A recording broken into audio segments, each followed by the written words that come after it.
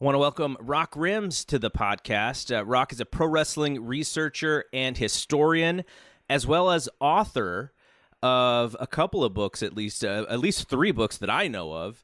What you would have seen Rock if you watched the Rowdy Roddy Piper documentary on A&E. Rock, how you doing today? I'm doing great, Garrett. Thank you. Thank you for having me on the show. So I will say that it was quite the surprise.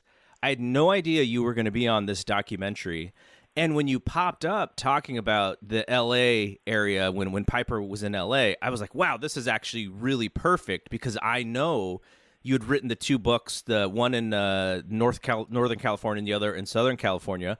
But how did they reach you? How did they find you? Like, I'm assuming someone said, hey, there's this guy who's a great researcher who knows all about this stuff, and they put you in touch?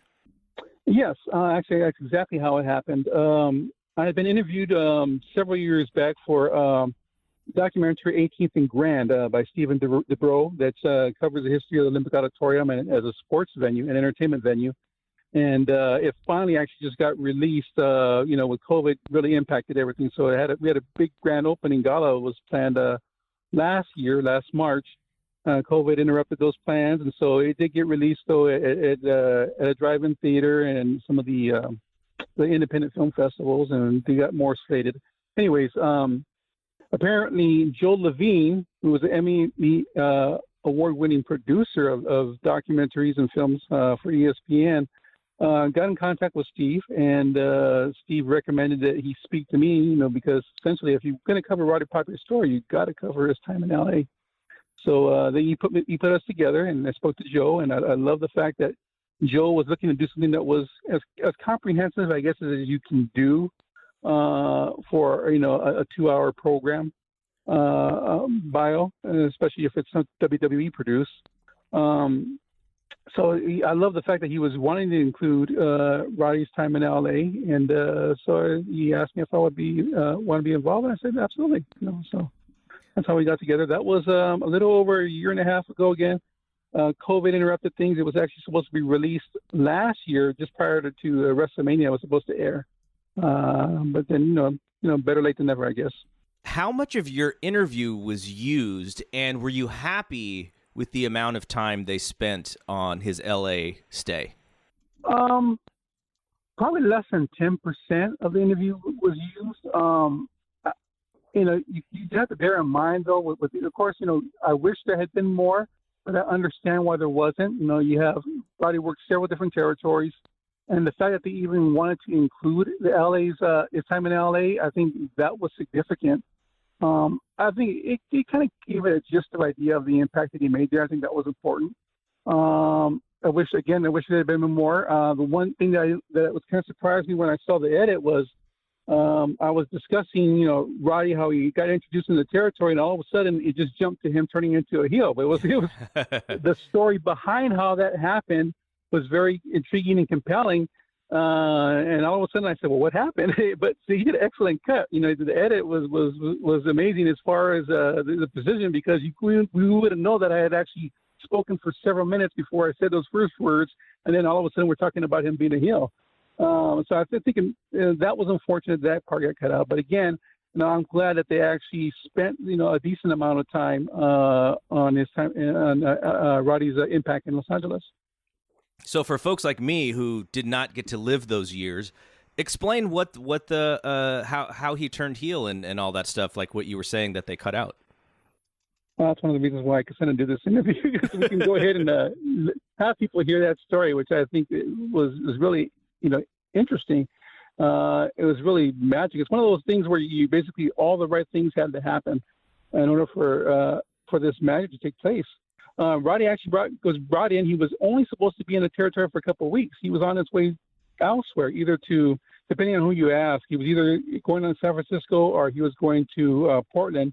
Leo Garibaldi, the booker, said he was going to Portland. Jeff Walton, the publicist, said he was going to San Francisco. Regardless, the idea was to only have Roddy brought in. He was going to do the annual Battle Royal in January 1976. He was going to do a few shows, and he was going to be off somewhere else. That was the understanding. Leo Garibaldi had him in a show in San Diego, which that arena set about 3,000. It wasn't the main building in the arena in the territory, which was the Olympic Auditorium, which set over 10,000. And Leo calls, and this is on a Tuesday. And Leo calls up Jeff Walton and says, "Hey Jeff, I'm going to go ahead and I'm going to turn Roddy Piper into heel." And Jeff's response was, "Well, what? You can't do that. That's because the promoter was, and then the Mike LaBelle, they didn't want Roddy, the babyface, turned into heel. And what will be the point of doing so? He would only be there for a couple of weeks anyways." So they went in a back and forth, and then finally Jeff Walton, Mike LaBelle got wind of it. Mike LaBelle got upset, said, "You go down there and you tell Leo that if he goes and he turns Piper into a heel, I'm going to fire him." So Jeff gets on a plane, goes 125 miles south to San Diego from Los Angeles, and Roddy sees Leo says, "I want to do it. I'm like, what you're going to see. There's something in this kid, and he's got something. There's something about him. And I'm going to turn him heel. Watch what happens." So Jeff doesn't really have a choice. So he sits there in the stands and he watches, and he watches again. I described it in the documentary, like, a caterpillar transferring into butterfly. Mm-hmm. Slowly and subtly, he starts doing little heel things, in the ring. And then by the end of the match, he has this tremendous amount of heat on him. And the fans are going crazy, and Jeff realized, wow, he goes, it was just a magical moment, to see something like that. It was like watching history. And he got back on the phone to Mike LaBelle and told him, Leo was right. Leo was right. This kid is a heel. He is not a babyface. And that's where it all started. Wow, that's awesome. So from what I understand, the footage in the documentary, was that supplied by you as well? Yes, it was. Yes, it was. The only part that probably wasn't, and I think they had it in their archives already, WWE, was the snippets of Roddy Piper and against Chavo with Victor Rivera. And I think they already had that in their archives. But there's not a whole lot of it out there. And so there's, I probably have about 99% of it that is out there and I have in my collection. And you have no intention of putting it out there or selling it or make? Well, I have on a limited basis because people, demand. I mean, anytime that you put anything, even the books, it requires time to ship and take orders and so forth. And but you do it because that's how you get the product out there. I mean, that's what people want to know. They want to know the story, they want the history, and they want to be able. So there are time periods where I have actually put those DVDs out. So I'm not doing it right now at the moment, but probably in a few months I will go ahead and put the collection out there again as well. Wow, it's kind of amazing because we just assume that WWE has everything that they could possibly get their hands on. So the idea that there's other stuff out there that they don't really have access to is actually a pretty cool story. Which is funny because they're also doing this show on A&E about collectibles and finding other things. So it's kind of funny that you have that stuff. Okay, so what did you think? I know they didn't spend. They spent most of the second half of the documentary of him being in WWE, but were you satisfied with how long they spent on his LA career? Given the length of the documentary, I was. I mean, sure, I wish it would have been a little bit more, but I understand. They had to work within the time constraints that they had. And that's just the nature of film production or even our television production. A lot of stuff ends up on the cutting room floor. I think people got the gist of his impact in Southern California. I think that was important. So I think for something that's with a WWE involved, that was about as good as you can get. I don't think you can really ask for more. So overall, I thought it was an excellent documentary. So can just spend a couple minutes on this Olympic Auditorium documentary, because this is another thing that is pretty fascinating to me. Are people able to watch this anywhere? Like, is there any video on demand, or is there any way for people who weren't able to go to the premiere and such to watch this film? It sounds fascinating. Yeah, Steve, the brother director, is trying to set up other airings, other deals with other film festivals. So, the news basically will become forthcoming. There's nothing really to really announce at this point, but he's working on that. Eventually, there will be a DVD that will also have extras. Because again, even with Steve's documentary, a lot of stuff ended up on the cutting room floor. There's always a potential. He's got enough footage there that, maybe he can do other future projects. He potentially has enough footage where he can do one separately on you covered roller derby, you covered punk rock, you covered boxing, and you covered pro wrestling. You can do a documentary. He's got enough there where you need very little, if any, supplemental footage to have a film on its own for each particular sporting event. So your books, When It Was Big Time and Legends and Icons, I understand that it's pretty much sold out right now. I would imagine people just saw you on TV. There's going to be some more interest in these books. What is the plan as far as the books are concerned about whenever you're going to put those things out again? Yeah, the plan at this point we're looking at is the fall. I'm trying to finish up, these other books and current projects I'm working on. So we're looking at probably in September. Even these last printings that I put out, I wasn't even planning on those. The reason I did that was because the other ones sold out faster. I mean, they always sell out, but they sold out even faster than I anticipated.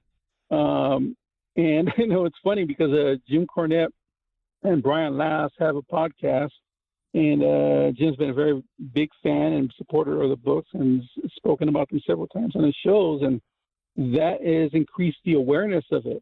And it's funny to me that sometimes some people are still barely finding out about it. I thought I was doing a good enough job marketing and with Jim's show that people were hearing about it, but people are still discovering it. So, it just seems to perpetuate the interest. People discover it at the last minute and I sell out and so forth. But it takes time to process all those orders and to get them out. And so that's why I kind of, pick my spots of when I can do it.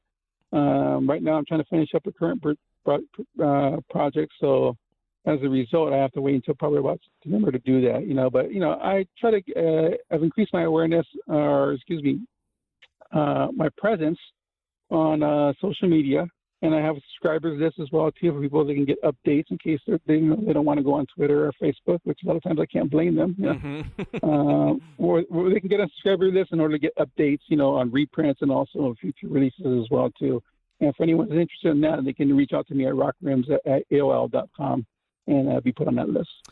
Now, you're doing pretty much everything with these books. Is there a reason why you didn't go sort of the Amazon ebook route for something like this?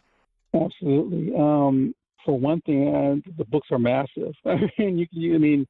These last ones, I actually went ahead and used a different paper, and the paper is more denser. You can kill a man with these things. They're like, they're a large format. Everything about these books is deluxe. From the length of the books, you're talking from 350 to 400 pages. And they're in the 8x10 format rather than the typical 6x9 format. You see a lot of these books, particularly wrestling books, come in. Mm-hmm. And so that's costly, to produce them that way. But I think it's important that if you're going to do it, you do it right. You only got one shot at these. So I want them to be comprehensive as well as entertaining. In addition, if I was to go with Amazon, it would just be priced out of the market. As it is, they're already a little bit higher price than your typical wrestling book, but people have seemed to have no qualms whatsoever. There's people from all over the world who have purchased these, and they spend more on shipping than it is on the actual cost of the book, because that's the only way they can get it, Right. But as long as they want it, I'll keep shipping them internationally, because the idea is to get it into the hands of people so that, that history can continue and people be aware of it. And Amazon too, it does just, I've gotten books on Amazon, and when you have those print on demand, the quality isn't there, Yeah. And these books are a lot better quality and they have quality control. It involves more time on my part to do all this, but which sometimes kind of is almost of a headache, but I'd rather do that and make sure that things are done the right way. So I'd rather have that quality control, even if it means more investment of time on my part.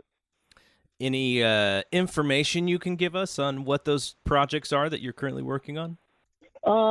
Finishing up a biography on Roy Shire, the promoter in San Francisco. Wow. It will contain some of the same information that was in the Northern California wrestling book, but in some cases it'll also have more detail as well too.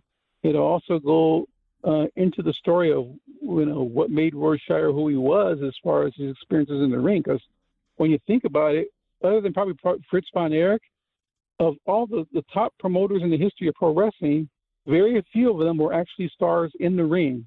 I mean, some of them might have been, great as a middle of the card guy, main eventing from time to time, but very few of them were really top stars. And Roy, along with Fritz von Erich, were one of the few who were in that particular classification, who also were, outstanding wrestling promoters. So we examined his career as well too, and how that his connections, his experiences in the ring, the bookers and the promoters that he worked with, that all played a part, in his booking and his promoting philosophies. That's awesome. That is. I feel like, and Dave Meltzer will talk about this a lot because that's the era that he grew up in and the territory that he watched. But I just feel like there's, outside of your Northern California book, like there's like not a ton of information other than what Dave has written in the Observer about that time frame, about that area. So that sounds really exciting. Yeah, it wasn't. It was. My original plans were not to write a book about Northern California. I was going to write the book about LA, and I actually put that on hold for a couple of years because when I found out about this Roy Shire, and I found out about his product, I found out about his creativity and his genius. I thought, wow, this is amazing. People have to know about this. And so I set aside the LA project in order to work on Northern California, because I go, if I don't do it, nobody else is going to do it. And right. This story needs to be told. And people who, I get more people who didn't grow up with the product who have expressed interest and have purchased the book than people who did grow up with the product. And just because of the fact that, got a lot of good positive feedback on the book. And they realized that, and it was written in such a way so that you didn't have to have grown up with the product in order to find something intriguing and compelling and educational from the book. And just real quickly, after the Roy Shire one, I'm going to actually be working on a Ray Stevens biography too.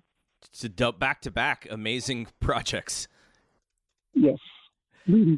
Well, I really appreciate you doing this, especially the Roddy doc only came out Sunday, so we had a really quick turnaround. I appreciate you being available. And if you all want to follow Rock, he's not hard to find on Twitter, @RockRims. He already gave out the email address, rockrims@aol.com. Rock, thank you very much for jumping on. My pleasure, Gary. Thanks for having me, and good luck with everything and with the show.